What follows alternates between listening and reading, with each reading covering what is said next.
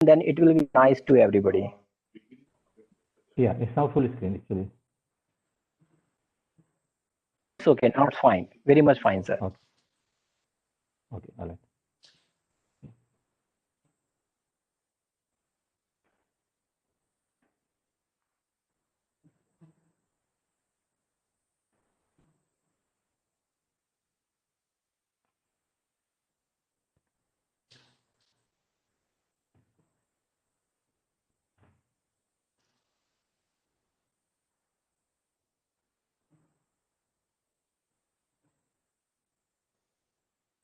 So good afternoon, everyone present here. In my today's talk, I am going to talk about biometric template security. I also included basic material on biometrics, thinking that there might be some people who are not actually familiar with this area. So I will start with the basics, and then slowly and slowly we'll talk about the main agenda of this presentation. So first, as its name suggests, we'll first discuss what we mean by biometrics, and then we'll see what actually we mean by biometric template, and then what exactly we mean by biometric template security. So I hope most of us might be familiar with these terms, but let's just for the completeness, let us define what we mean by biometrics. So there are some human characteristics and traits which are unique with respect to everybody. And these traits are called biometric traits, and with the help of these traits, persons can be recognized. So the biometrics is actually the process of using these characteristics in recognition of human beings. Okay, some common examples that we see here are face, fingerprint, iris, hand geometry, ear, palm print, retina, DNA, and so on. If you just closely analyze these biometric traits, we'll find that they can be actually categorized in two types. One category is called physiological category, where all the biometric traits which are physically associated with the human body, they are kept, and there are some characteristics which are actually behaviorally associated with us. They are kept in the second category. So in the physiological biometric traits, we can put the example, we can consider the example of fingerprint or face or DNA or palm print, hand geometry, iris, ear, and so on. And for the behavioral biometrics, we can consider the example of signature, gait, voice, typing rhythm. So typing rhythm is the way is the rhythm with which we type on the keyboard, and gait defines the way we actually walk, and I think signature and voice are obvious examples. So whenever we talk about any biometrics, there are some characteristics or some properties that these traits should hold. Generally, actually, we can use them for the purpose of biometrics. So the first and foremost requirement is its uniqueness. Any biometric characteristic that we are going to use for recognizing human being, that should be unique. If it is not unique with respect to people, then obviously we cannot differentiate two people, and then it will not have any use. For example, if we want to use face as recognizing characteristic for human beings, face with respect to two or more people should be different. So the first characteristic that is required with this for any biometric trait is that it should be unique. Second is the permanence. It should be permanently associated with the human body. If it is present for some time, and if it is not present for the, let's say, rest of the life, then it may not be considered a very good characteristic, a very good trait. We'll see examples for all these. We'll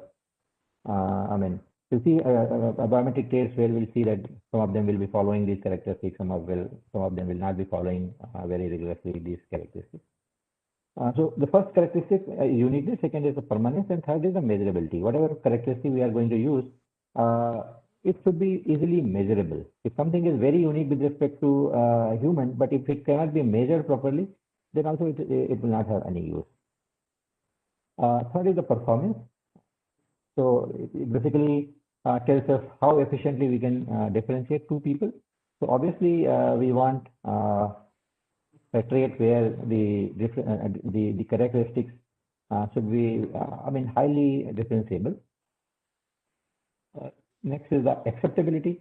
Whatever biometric trait we are going to use for recognition, that should be actually accepted by the community. If community is actually, let's say, not willing to give that particular trait or that particular data from the body, then also it doesn't have any use. And the last is the circumvention. How easy it is to spoof the biometric. If it can be easily spoofed, then also it will not have much use. So some of them we can discuss. For example, in terms of uniqueness, we see that iris is considered the highly unique biometric characteristic. Faces are also unique, but you see that pins have very similar face. So if you compare face and let's say iris, we will find that the iris is, in terms of uniqueness, iris is better than face. Similarly, let's say, let us take the example of permanence. So we might be thinking that every biometric trait that is associated with our body is permanent, but it's not the case. So, for example, fingerprint.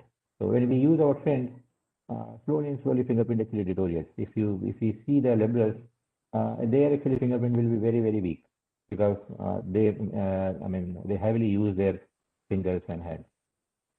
So likewise, actually, we can just go through all the biometrics and then decide, let's say, in the range of 1 and 5, how much actually they, satisfy these characteristics. So some of them might be satisfying this, in a high extent, some might be satisfying them in a low extent.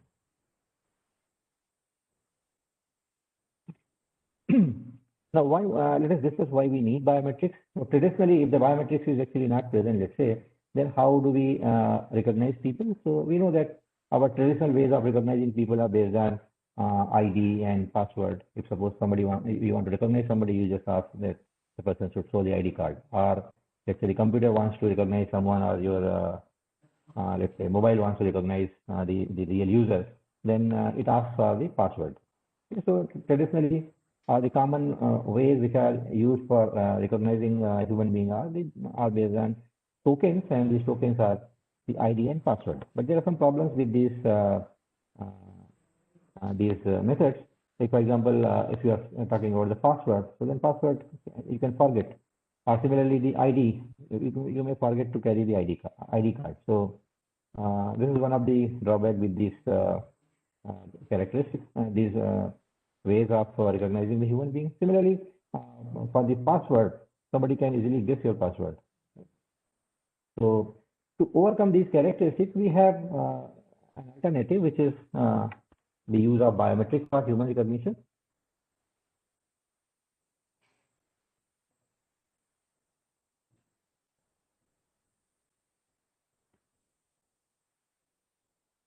What are the advantages we get if we use the biometrics?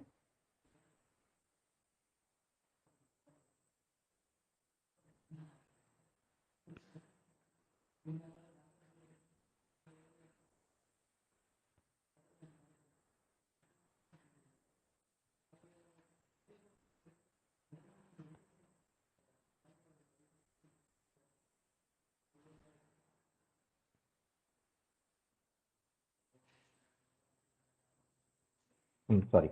So what are the advantages we get if we are using the biometrics? So there are certain advantages we get if we use biometrics. For example, as we discussed in the previous slide, that all the biometric traits are actually unique. Very unique. Some of them are very, very unique. Some of them are not that very unique. But at least when we are saying that there is a biometric trait, up to quite extent it must be unique. So biometric traits are unique, and they can be actually differentiate two people.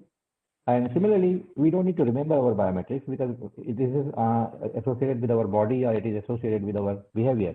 So wherever we go, we carry all this. We carry our behavior, we carry our physical body. So we don't need to make any extra effort to carry our biometrics, right? Wherever we go with our fingerprint, we go with our face, we go with our iris. So that's the advantage.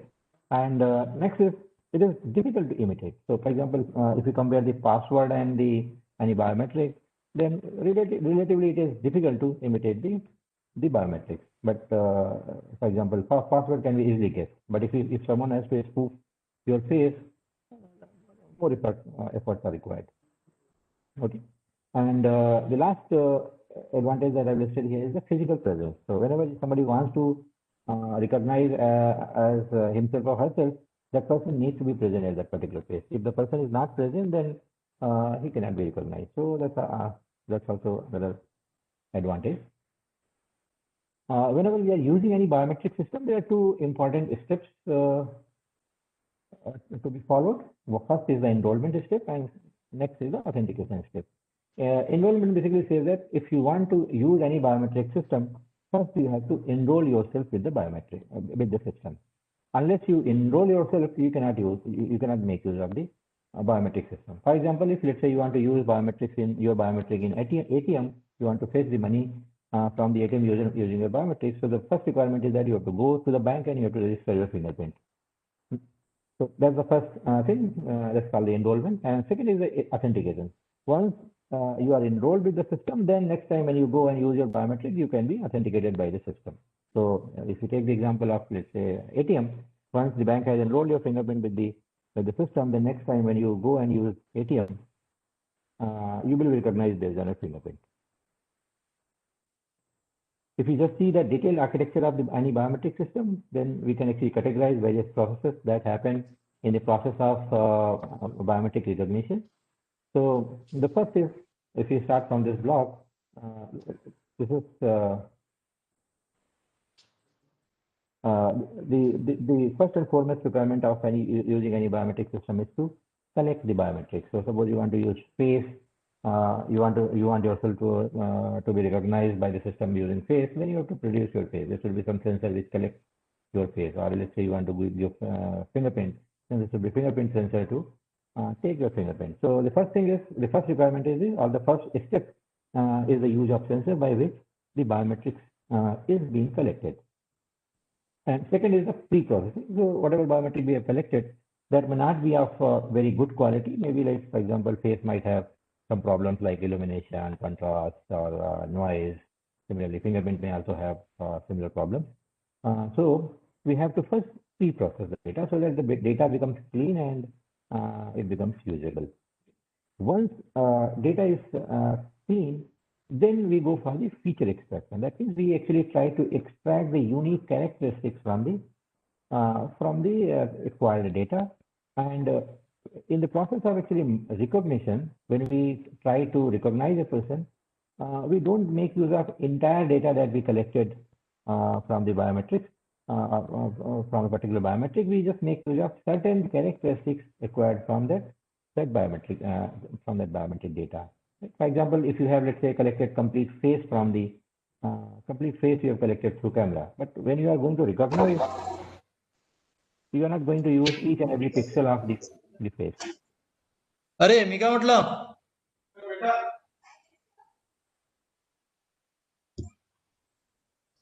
उसको मेरा number दे देना.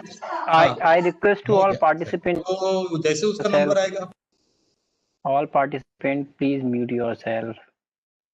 Okay, sir, you can continue now, sir. Please, sir. Sorry for that. No problem. Thank you. So feature extraction basically extracts some unique characteristics, unique features from the collected data.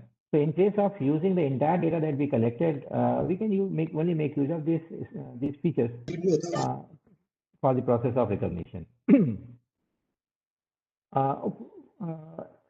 Once these features are extracted, these features are converted into a template.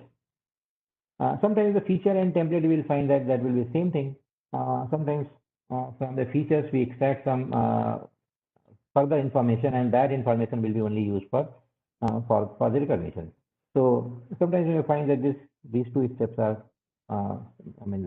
involve similar type of data. Sometimes you find that from the feature we have extracted the template, which is actually further enhancement of the information that we get from the features.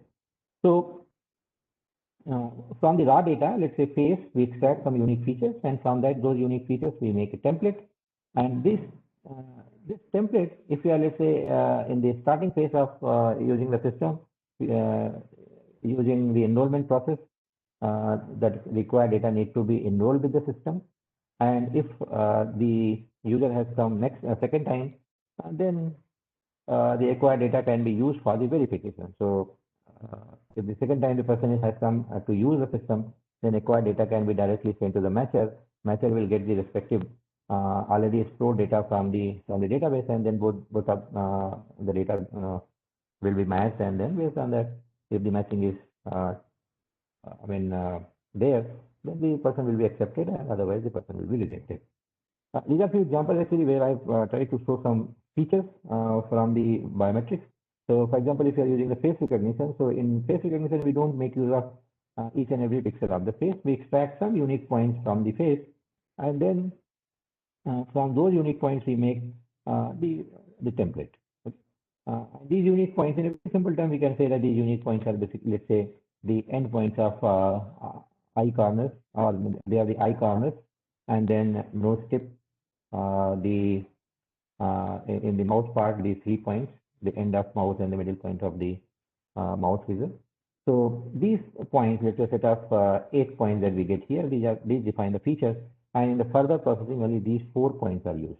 We don't make use of the entire face. Similarly, for the fingerprint, there are various ways of extracting the features. One of the ways is to identify some unique points in the fingerprint, and then just make use of those unique points in the process of recognition. There's another way where we actually analyze the pattern that is there in the fingerprint, and then make use of that as a feature.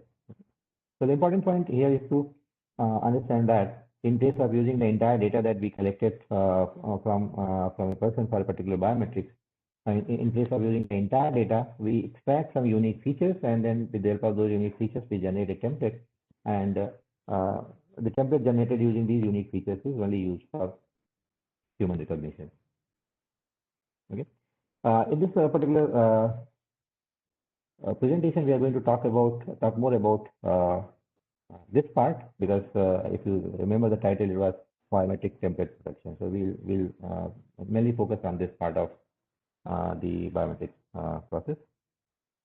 So before that, and also we will be actually taking the example of fingerprint. So the specific techniques that I will be discussing here for biometric template security, they are actually for the fingerprint.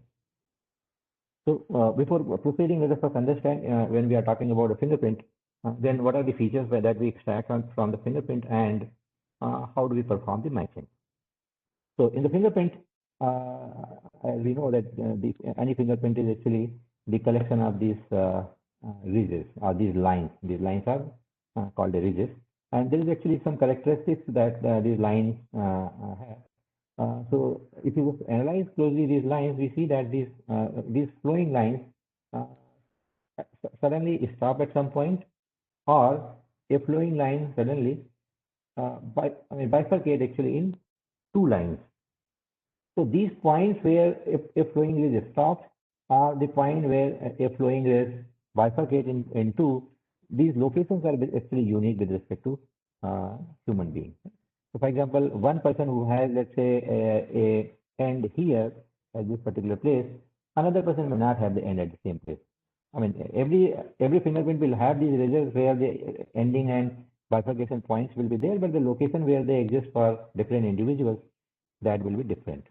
So with the help of these locations, actually we can perform matching. So these locations where these ridges, these flowing lines, they abruptly terminate, or where they abruptly bifurcate into, these are called the minutia points. So normally when we extract the features from any fingerprint, we extract actually these locations, or these locations are these minutia points. There's one more characteristics associated with these points. We also can actually find out orientation of these points. So for example, if let's say there is a flowing ridge like this, and it stops here, and there is a flowing ridge which stops here. Now these 2 points have actually, though they both define the ridge ending, but if you see, their orientation is different. Here the ridge was, in this case, the ridge was flowing like this, but in this case the ridge is flowing like this. right? Wherever the end has happened, there is oriented in this direction, and here it is oriented in this very different direction. So for every location that we get here, we can actually put a tangent on the rays and get orientation for every miniature point. So normally these miniature points are actually defined with the help of three characteristics. One is our first two characteristics are x and y coordinates of these locations of these miniature points, and third is the orientation, which is nothing but the angle that the tangent make at miniature point with the flowing rays. Okay. Now let us discuss what are the issues in biometrics, and then we'll see that biometric template security is actually to overcome one of the issues that we are going to highlight here. So there are various problems also. I mean, in the at the beginning we have said that biometrics has very many positive points, but there are some issues also associated with the biometrics. And one of the issue or one of the challenge that biometric system face is actually this security of the biometric template or attack against the biometric template. And just to reiterate what we basically mean by biometric template, from the extracted features from a biometric, we have generated some template which is stored in the database that is called the biometric template. Now, when we say that attack against the biometric template, this basically means attacking the database and then getting this template or tampering this template. So this point basically says that how to secure the data that we extract from the human body and store in the database, right? Because if we, in many cases, we see that if we lose the biometric template that is stored in the database, and if let's say a spoof can be created from that data, then actually this poses a challenge, because if the spoof and pose as someone else, then actually you can actually make misuse of the system. Okay. So, one of the issue with the biometrics is this, and we are going to mainly focus on this particular issue. There are several other issues also. We are not going to talk about them here. We will see what this particular issue is in more detail, and then how to handle this. Now, when I say that when someone attacks and gets the biometric template, this is a problem. Why it is a problem? The reason is that you can take the example of, let's say, fingerprint. In the fingerprint, you have extracted some unique miniature points, and these miniature points are, let's say, in a very simple term, let's say these are stored as a template. Okay, so this template is made of these miniature points. So in the database, you have stored these miniature points. Now there are some researches which show that using these miniature points, actually the fingerprint can be generated. So now let's say you have stored, you have made your template like this, and you have stored it in the database, and then someone attacks and gets these locations. So from these locations, your fingerprint can be generated, and if the fingerprint can be generated, it's physical parody or physical fingerprint using this information can be generated, and which can be used actually to recognize or to pose someone as someone else. So this is a serious problem.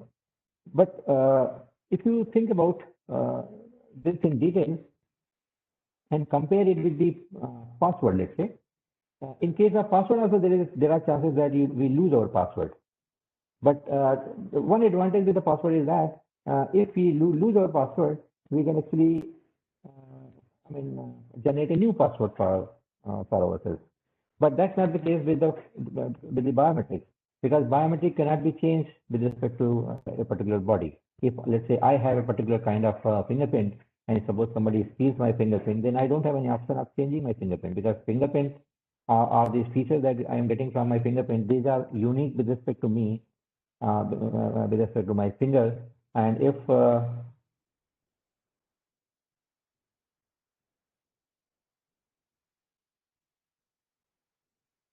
And if I lose my fingerprint, basically I have lose my fingerprint permanently. I don't have any option of changing my fingerprint because fingerprint cannot be changed. So that is why I mean we are saying that this is a very serious problem. If we lose our biometrics, since we don't have any option of changing our biometrics, so this poses a really serious issue. That's not with the biometric or let's say the credit card or ID card. Because if we lose our ID card, if we lose our credit card, or if we lose our password, we can simply go and get a new ID card or credit card, or we can generate a new password. But that's not the case with our fingerprint because or any biometric, because these biometrics are permanently associated with our body.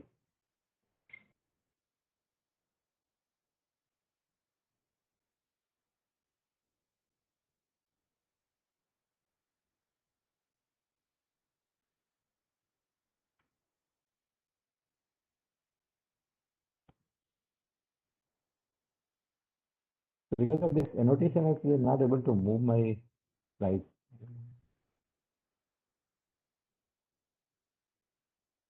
Dr. Vivek, are you there? Yeah, sir, I'm here. So it's okay if you are not able to use any annotation tools. It's okay. Just you can explain, sir. That's nice. So, You are not going okay, to okay. move ahead. You're talking. Okay. Thank you, sir. Yeah, now I'm able to move it. Okay, thank you. But I think whatever annotation I used in the previous one, that they are still visible. Sir, it's happened because of the annotation. Once annotation box is enabled, it doesn't allow to go forward. So we have to close the annotation box, then we can move ahead. Okay. Okay. Yeah. Thank you, sir. Yes. So since biometrics is actually permanently associated with our body, so that is why if we lose it, it's a serious problem. So I mean, just to reiterate, if someone loses the password, we have I mean, the person has option of changing the password. But if you lose the fingerprint, there's no option of changing the fingerprint. That is why whatever information we stored in the database, that should be made highly secure, right? That is why we are going to discuss here the issue of biometric template security. That means whatever the biometric template we have generated from the original data, and when we are storing this in the database, that should be made secure from there. Okay.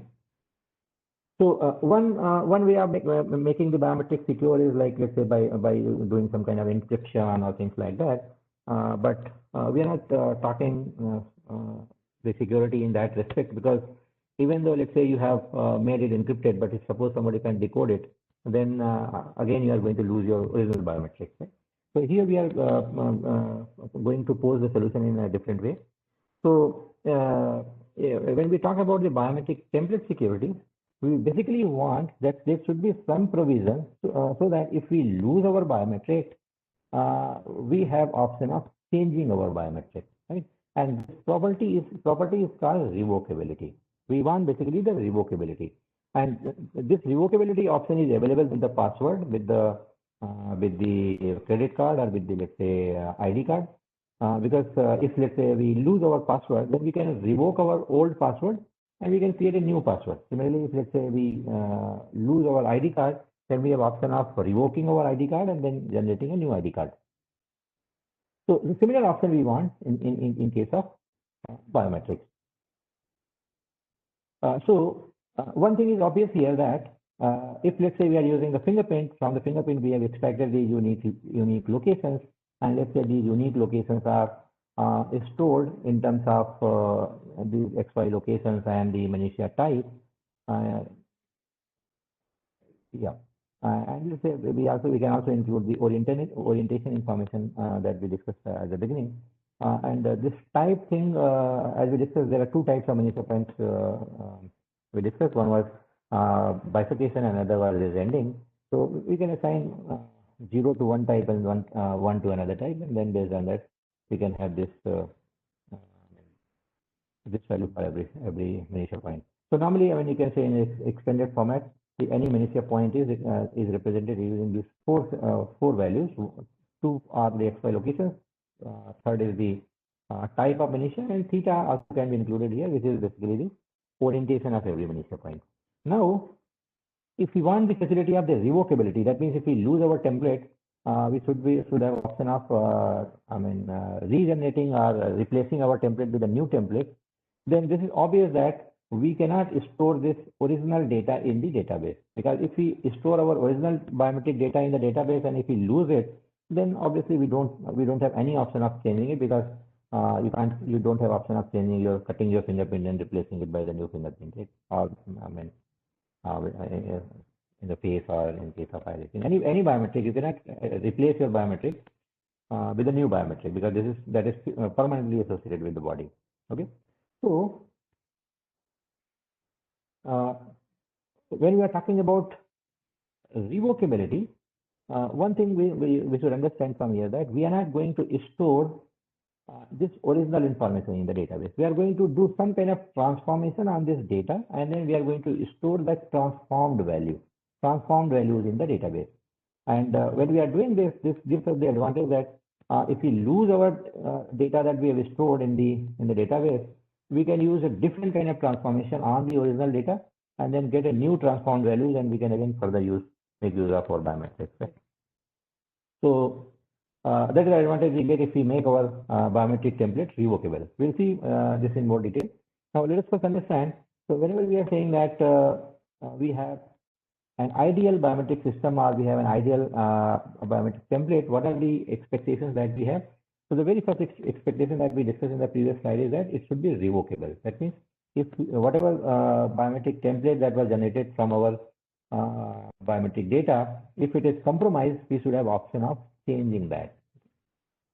And to accomplish this, I just mentioned in the previous slide that we will be using some kind of transformation on the original data, and we will be only storing the transformed data in the database, not the original data. So that if we lose, we only lose the transformed data, not the original data. Okay. So now in the process of this transformation, there are certain other requirements that actually also should be satisfied. For example, you know that when we going to use a different transform and to get trying to get different kind of transformed template from the original data, after applying different transformations, whatever the transform template we are getting, they should be diverse. That means, let us just take the example. Suppose X was your original biometric. From that X, you have generated FX. Okay. This is, or let's say F1X. This is the first time generated template, and let's say you found that this is compromised. Then from X, let us say we have used some different transformation and we have got a different template. So now this diversity says that this new template that we are generating, it should be diverse with respect to the previous one. And this is very obvious requirement, because if it is not diverse, then whatever we have earlier, the same thing we are going to store in the database. And since earlier thing has been compromised, so we can say that this is also compromised data, because this is very similar to what was stored earlier. So when we are generating different biometric templates by using different transformations, the transform templates that we are going to get, they should be very diverse from each other, so that they don't reflect the original or the previous data or the previous template. Okay. Third thing is the security. Here, when we say that the template should be secure, by this basically we mean that from the transformed values, it should be very difficult to get the original features. Because if this inversion is simple, let's say, then if you lose this transform template, and if this inversion can be easily done, then the person who is storing, let's say, this template can perform the inverse transformation and get the original data. So then again, the same issue will come. We will be losing our original data. So that is why security is also very important. That means from the transform template, it should be difficult to get the original biometric data. And the last requirement is the performance.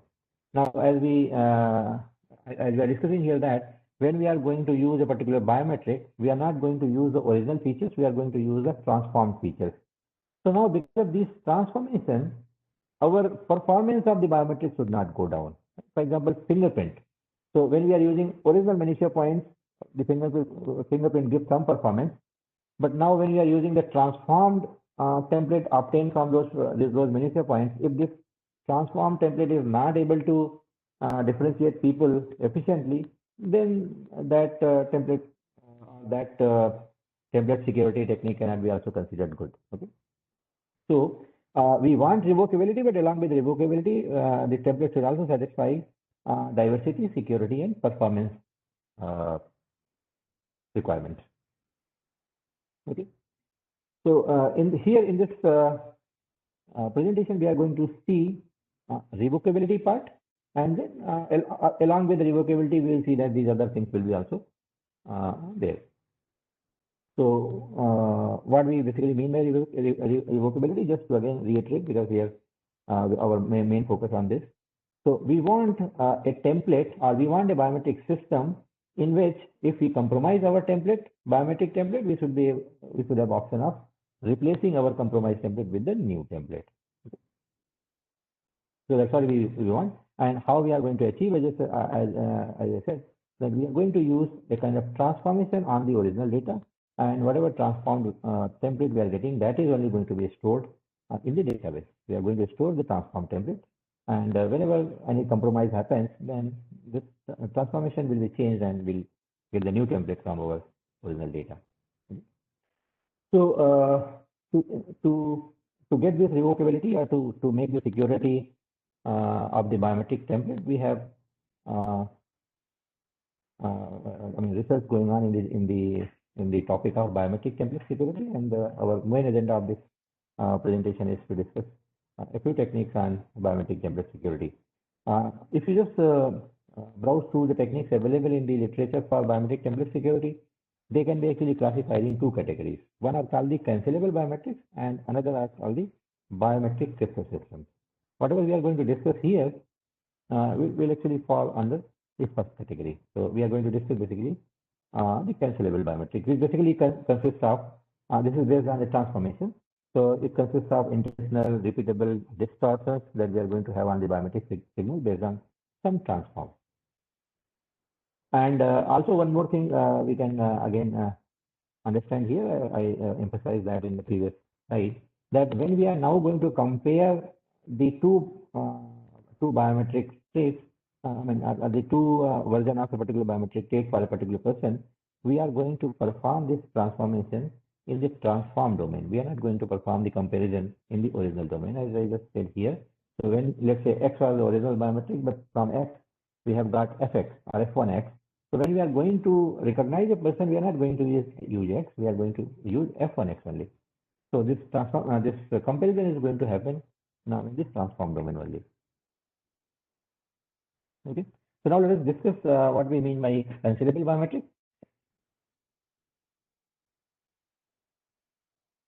So in case of cancelable biometrics, let us say that we have a transformation function F, and we have original biometric template T, and there is a key Q.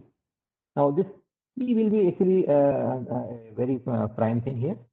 With the help of this key value only, we will be able to change the transformation. So we have a transformation function here, but for different values of the key, we'll get a different kind of transformation. So the key has a major role to play here. So when we are going to store this biometric template T in the database, if you are using the biometric security with the help of cancelable biometric, what we are going to do on this T, we are going to apply this transformation F on this template T, and whatever the transformed value we are getting, that we are going to store in the database. Okay. So FTK actually defines the transformed version of template T. How this transformation is being implemented? This is being implemented with the help of this TK. Okay. So now, whenever, let's say, so this was let's say done at the time of enrollment. Now, whenever the test sample comes, let's say Q is a test sample, what we are going to do on Q? On Q also we are going to apply the same kind of transformation. So on Q we are going to apply this transformation F with the help of the same key K, and whatever transformed value we are getting here, that transformed value is going to be compared with the transformed value that we have stored in the database. So in place of comparing T and Q, in place of comparing T and Q, we are going to compare FTK and FQK. FTK is the transform template that is stored in the database, and FQK is the query template. Okay, in this diagram also the same thing has been presented. So you are getting enrollment vector from the person. Right? This enrollment vector may be from the fingerprint or maybe face. It can be anything. And so A is the original data that is collected from the human body, and then there is a key K which defines this transformation, and then when you apply this transformation with the help of this key K on A, we get, let's say, S, and that S is stored in the database. When the same person again comes for using the system, we have to perform the authentication. That time, let's say we have collected the data from the person, and we have applied again the same transformation based on that key K, and whatever transform value we get, let's say this, that will be compared with the stored value, and if they both match, then we'll say this one, the matching is successful. Otherwise, match claim will be rejected.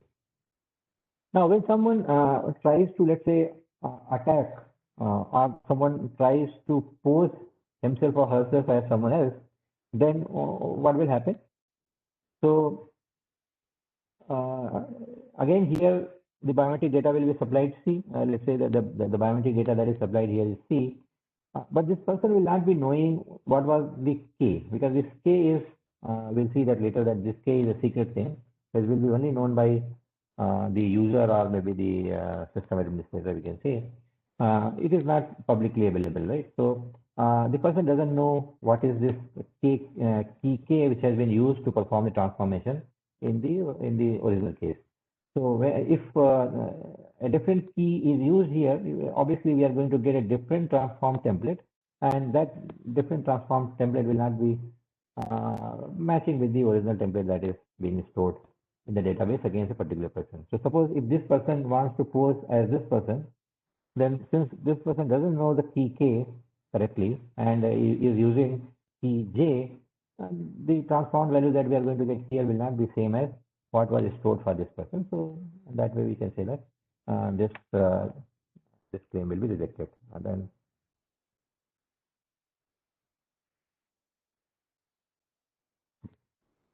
so now let us see a few examples of cancelable biometrics.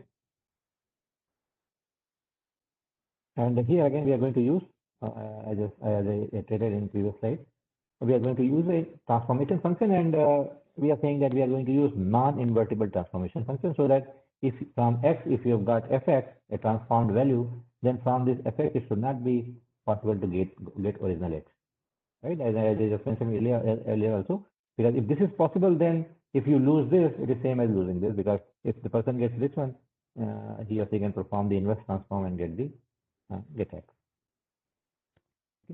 There are a few examples of cancelable biometrics. Block scrambling, distortion-based image morphing, surface folding. These are some examples. Let us very briefly see them. So in the block scrambling, whatever the original biometrics we have, that is divided into actually into blocks, and then those blocks are scrambled. Right? I mean, their order is changed. So as you see here, let's say this was the original fingerprint, and this has been divided into blocks, and then before using the fingerprint, the blocks have been actually randomly rearranged. So now if we, let's say, lose this one, then this random arrangement can be again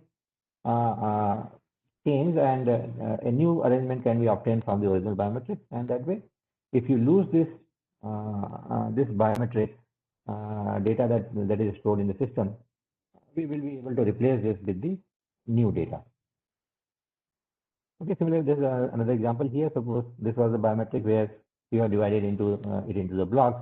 Now, originally A was here and B was here, but when after the scrambling, we see and D was here, and in this here we see B and D, they are lying on the same block.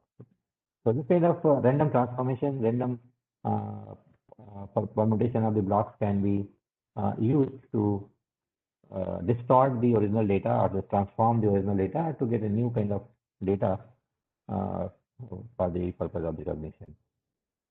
Okay, so this was in the block scrambling where the biometric data is divided into blocks, and then those blocks are scrambled. Another way is another category is called the image category of image morphing, where again we are dividing the image into blocks, but now these blocks are actually distorted in a different way, not by scrambling as you see here. We have performed some kind of morphing, image morphing on them. So this was the original image.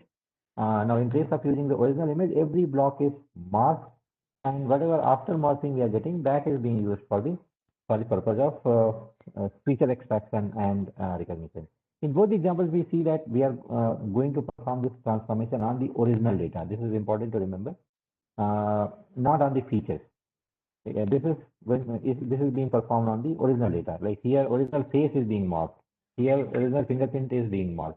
So after morphing or after scrambling, whatever we get, if we lose it, the process of morphing or the process of block scrambling can be changed to get new transformed values or images, and then further the features can be expected from them.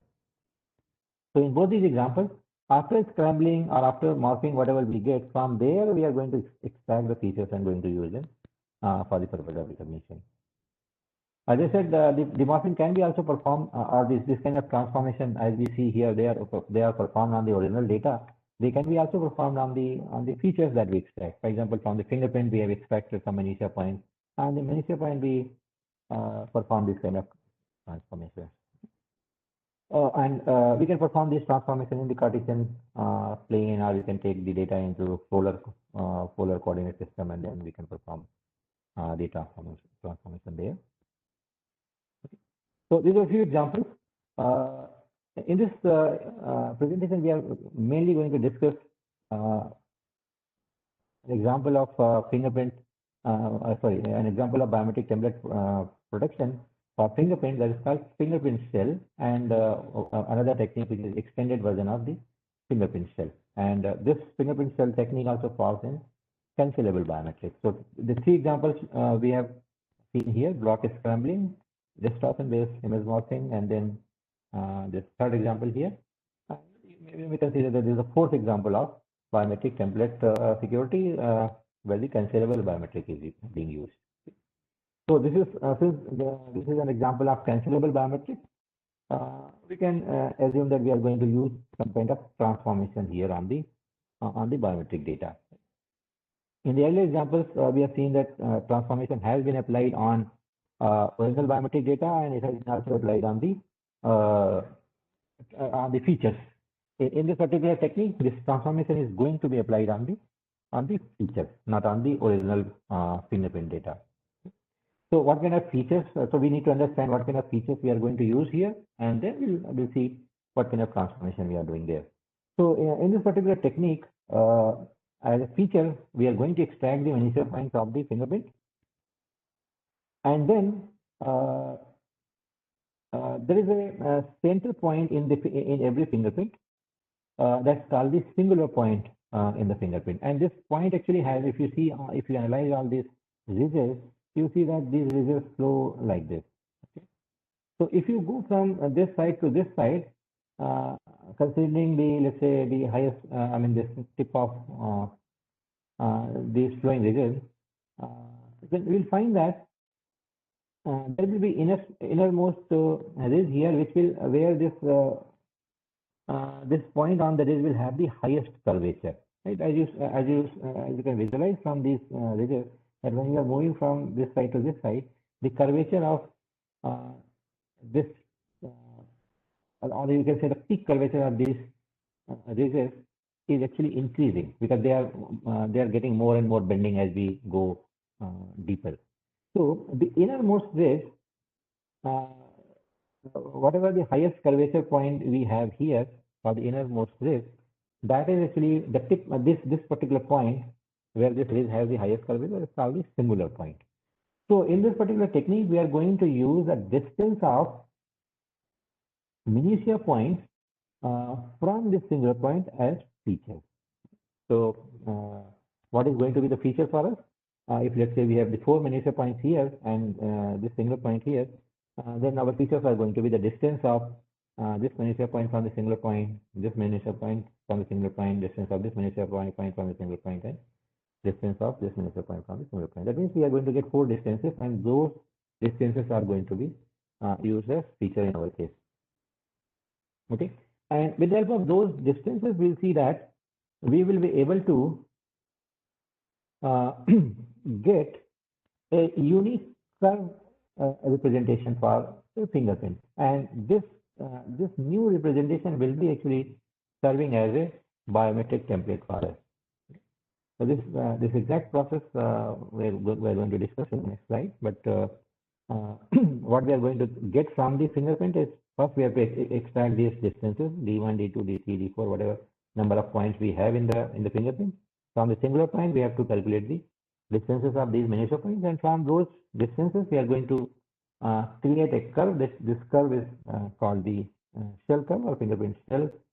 And if you just I mean, this middle diagram is showing the process of construction, and then once this curve is made, if you just highlight the curve part, we'll see that we'll get a curve like this, and that is going to serve as a particular bit for us.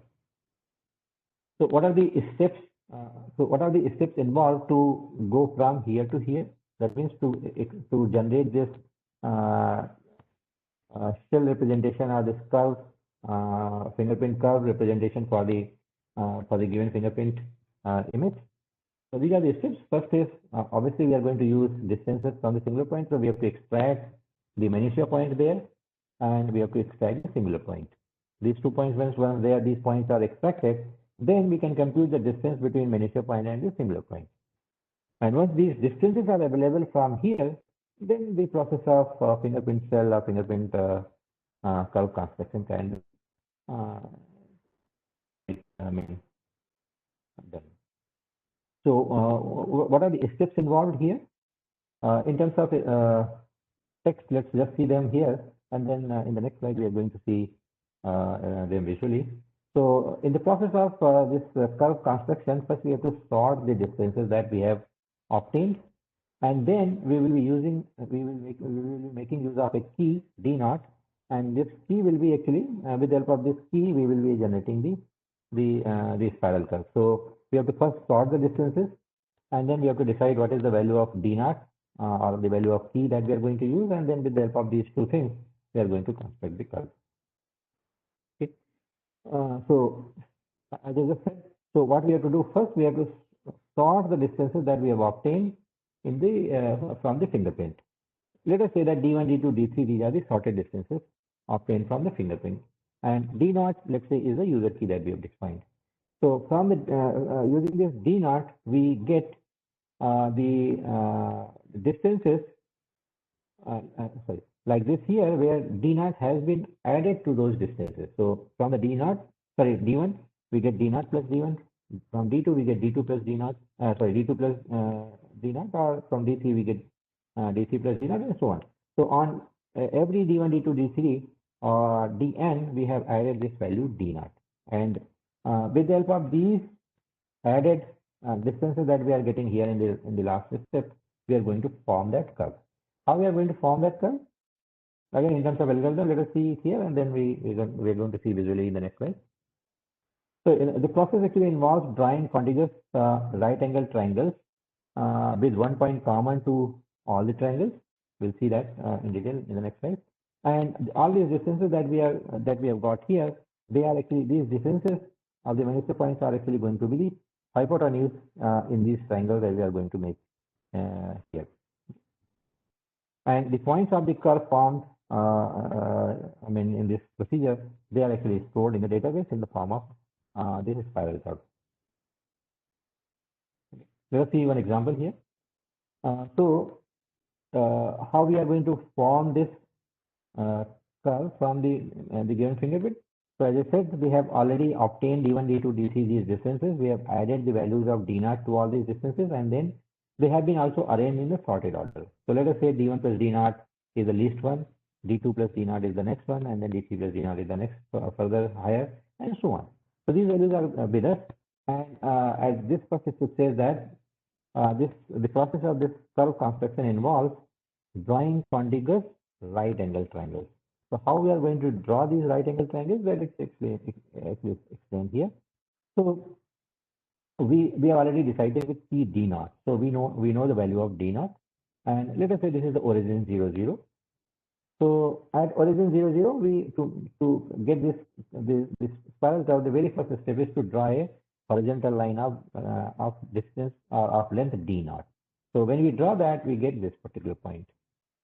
At this particular point, we are going to put a right angle line perpendicular to this previous line, and on this line, we are going to cut a segment of length D1 plus D0. So when we, let's say this line is a line like this, and on this line we cut a segment of distance D1 plus D0.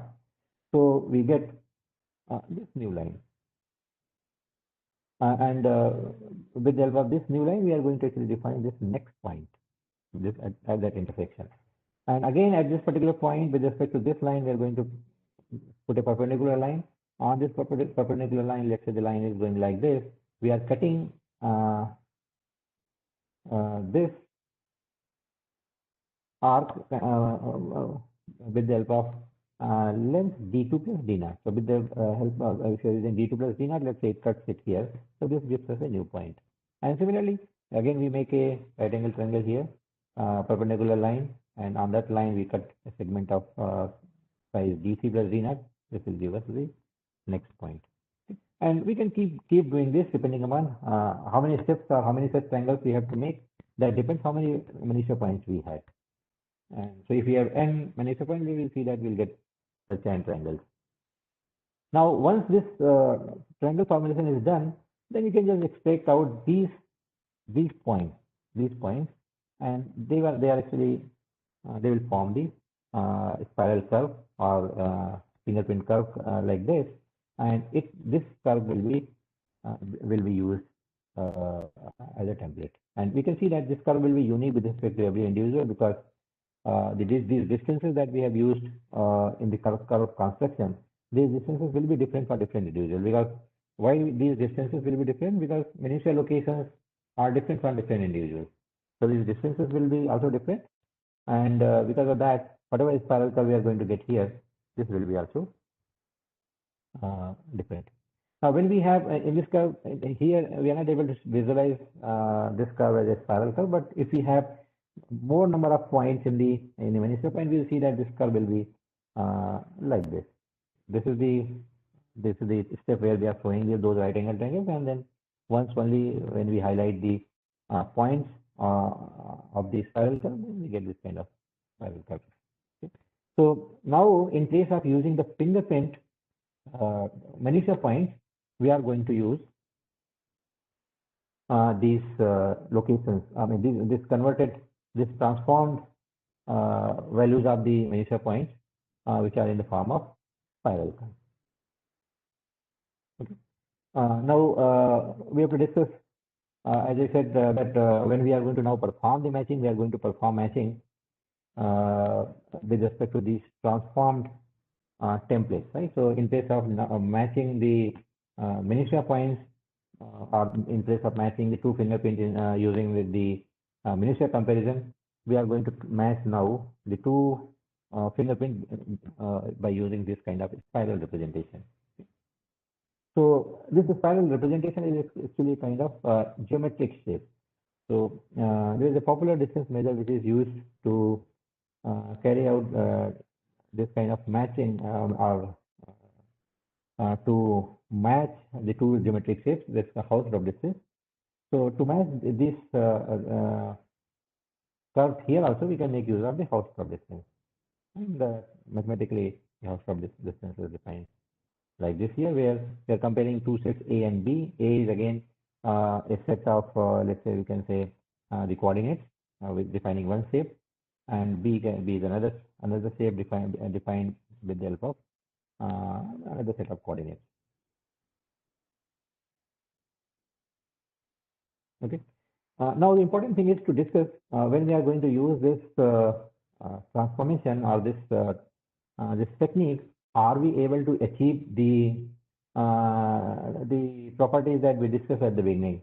The property of revocability, the property of diversity, the property of security. Are we able to achieve that? So let us see that one by one. So let us first discuss how we are able to achieve revocability here. As you see in this process here, the nature of this spiral curve is dependent on two things. One, the distances, and second, what is the key we are using.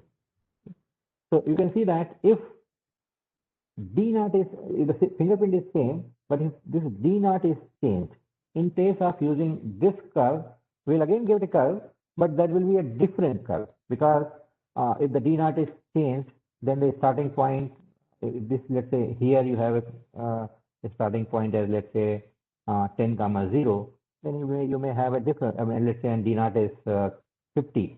So then in this case, you may have a starting point as 50 comma 0, right? So if D naught is changed, we'll see that this entire curve will change.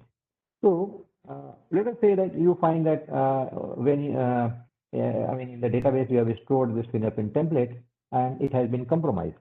So to get a new template, you can again provide your fingerprint, but now a different D naught can be used. So if the different D naught is used, this curve will be a very different curve.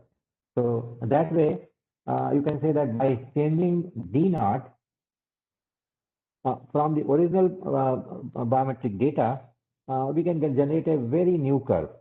So that's same as saying that we have removed the original biometric template from the database, and or we have revoked the original biometric template from the database, and then we have replaced it by the new template. Okay? So by changing the value of D naught, the revocability is actually achieved.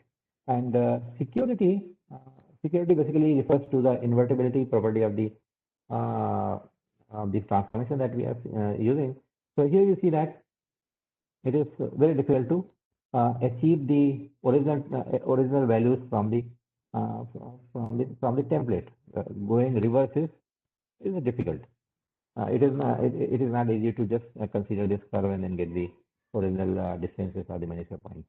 So that way we can say that it is providing security up to much extent. Now visually, let us see the property of revocability and diversity here. We have already discussed revocability and security, and here with the help of this example, let us discuss revocability and diversity. So what we basically mean by revocability, it means if we change the key, we should get an entirely different representation for the biometric. So for example, let's say this was our impression, one fingerprint image that we have considered. When the key 1 was used, we get this kind of template. Now let's say this template got compromised. So from the original data, we have to get a new template using a different key. So when a different key is used on this original data, we see that we get this curve. Now if we compare these two curves, we find that they are very different. This curve has ending here, and the shape is also a little squeezed. This curve is sparse, and then I mean, the locations are very different. Okay? So we can say that if this is compromised, we can say that okay, this is revoked and it is replaced by the new template. And now this new template doesn't have any resemblance with the previous template. Okay. So since this does not have any resemblance with the previous template, we can say that we are able to achieve the diversity. When we are using different transformation and getting a new template, that is very diverse from the previous template that we have used.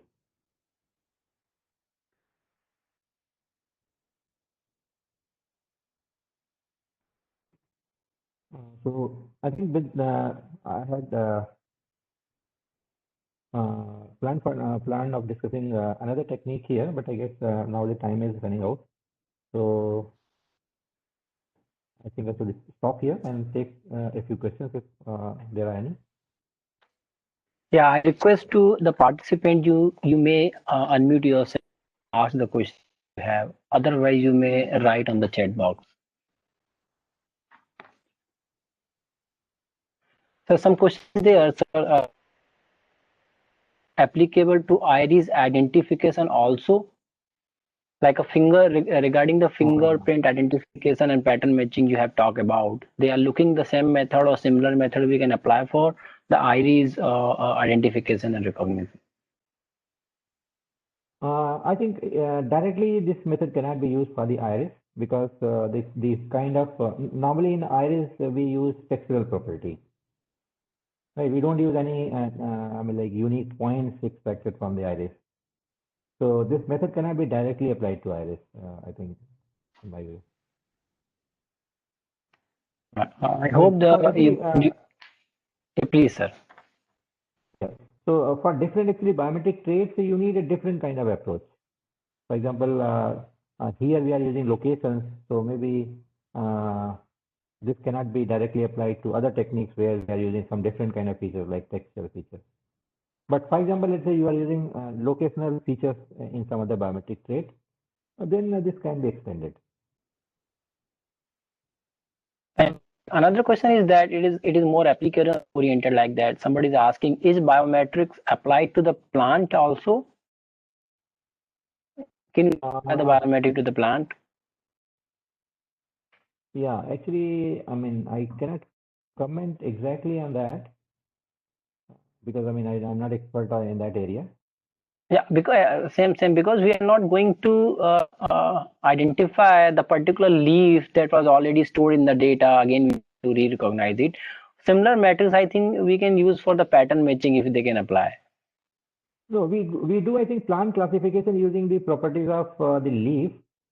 Yeah. But I mean, if let's say you want to differentiate one plant from the another plant, I don't know if because the two plants will have the similar leaf pattern.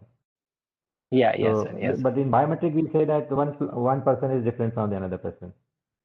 Yeah. But plant classification, obviously, the pattern recognition techniques have been used. So I don't think they can be classified as biometric techniques. Yeah. They are asking texture of the leaves. I think they are asking the texture of the leaves. They want to match or they want to classify based on the texture of the leaf. I think they are looking that way. Yeah, but I think this texture of the leaf can be used to differentiate two plants, two different species. Yeah. Yes, sir. Yes, sir. So that actually falls under the plant classification, and I think that is a well-studied problem. Yes, sir. Yes, sir. Yeah. I request all participants, if you have some question, you can just write to me. I will try to contact the sir, and definitely he will reply later. So because we have enough time, it is already over. So I request to write to me. I will try to contact the sir. So sir, thank you very much. Really, you have covered the biometric very detail. Actually, personally, one of my PhD scholar also working in that area where she's trying to work with the iris pattern recognition or identification or presentation or text. She's working on that. So really, I enjoyed your lecture also. And when you started your lecture, I immediately asked her to join the lecture, and she did it, I think. And I hope she's also learned many things. So you have covered many concept by covering the enough mathematical detail that is required, and it was not only theoretical lecture. I feel that it was a lecture that was given enough mathematical concept, and you have covered many things that are really need to understand, like the direct template you should not store, you transform it for the security purpose, and why it is happen, how it is happen, once it happened, then how to match it, the matching algorithm you have covered, and in very detailed revoke you have taken into the consideration and security point of view. So really the lecture was very nice, very informative, or even the person is from a very beginning stage, they can understand all the things. So sir, really thank you very much. It was really a very great opportunity for us to learn you and learn your presentation, sir. Thank you very much. It was my pleasure being part of this event. Thank you. Sir, I will contact you further for later, sir. Thank you very much, sir. Yes. Okay. Bye-bye. Have a good day. Bye. Thank you, sir. The participant, you may leave it now. The attendance link I already shared. It will continue be open the next 30 minutes. So you may give your attendance. So let's meet again tomorrow the same time, 9 a.m. Thank you all.